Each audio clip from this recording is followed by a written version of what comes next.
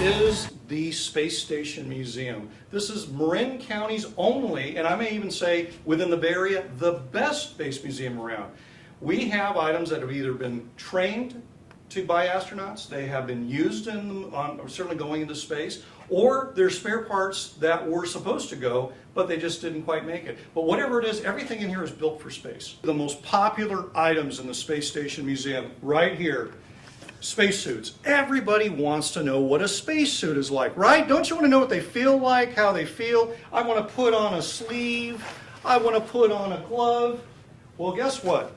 At the space station, you can put stuff on. You want to know what it feels like to walk around in a spacesuit? Now, people might think you're a little crazy, but you can.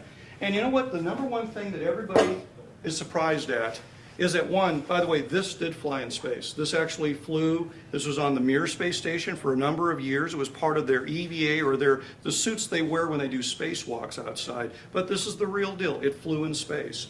I bought this actually from a dealer out of Moscow. We obviously, being very close to Silicon Valley and to the high-tech center of the world, we have a lot of people very curious about electronics. Well, right here are two components that were actually designed for the Apollo missions. This was designed to be within the space capsule itself, called the command module.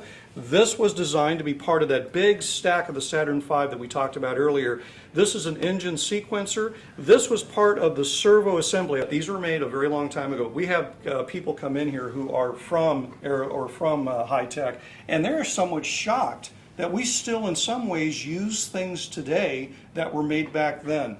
And so what it goes to show is that space has been a technology driver. Space has been one of those things that allows us to have things like this.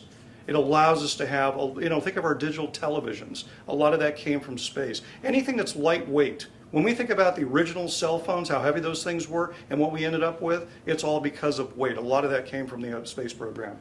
Now, I would be basically remiss if I didn't start very quickly with why did this come up. I'm president of an investment firm. I've been a long-time fan of the space program, a long-time collector of items from the space program.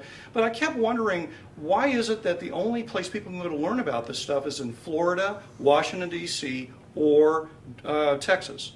Yet California built the spacecraft. California was the aerospace hub. The shuttles, the rovers that are currently on Mars, many of the deep satellites, all made in California. In fact, SpaceX, Elon Musk, made in California. How about the Hubble telescope, made in California? So why don't we have an event or an exhibit that can describe this stuff? So that's where it all started from. We also wanted to prove you did not need to spend hundreds of millions of dollars to have a big building at the taxpayer expense, that you could take a shopping center, a typical commercial space, and turn it into, i.e., a space station.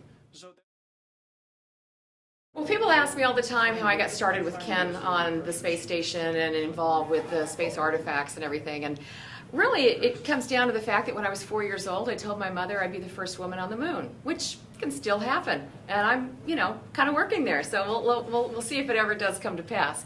But I grew up in Houston around the space program, so it was fairly natural. I was seeing the astronauts at intersections in their cars, revving their engines, and everything. That it was such a small town feel because everybody was totally caught up in the excitement of the space program, and so everything was about our team, and our country and our world. And so it was just a wonderful childhood to grow up that way around that and be so inspired by it. So I took the path of science through school, and here I am now with Ken, and here we are trying to share that love for that, and hopefully encouraging every child, large or small, to reach for their own private star. We have a lot of people that I call the Apollo generation. They're the Gen Xers. They are the baby boomers, the late boomers, who really do enjoy this stuff, who bring their kids in here to learn. Teachers can bring their students in here to learn. So in a very weird way, we have become a classroom annex within an area that does not have access to this. Amazing. I was here giving a talk about planets, and I had to worry about tripping over a rocket engine that would have landed on the moon.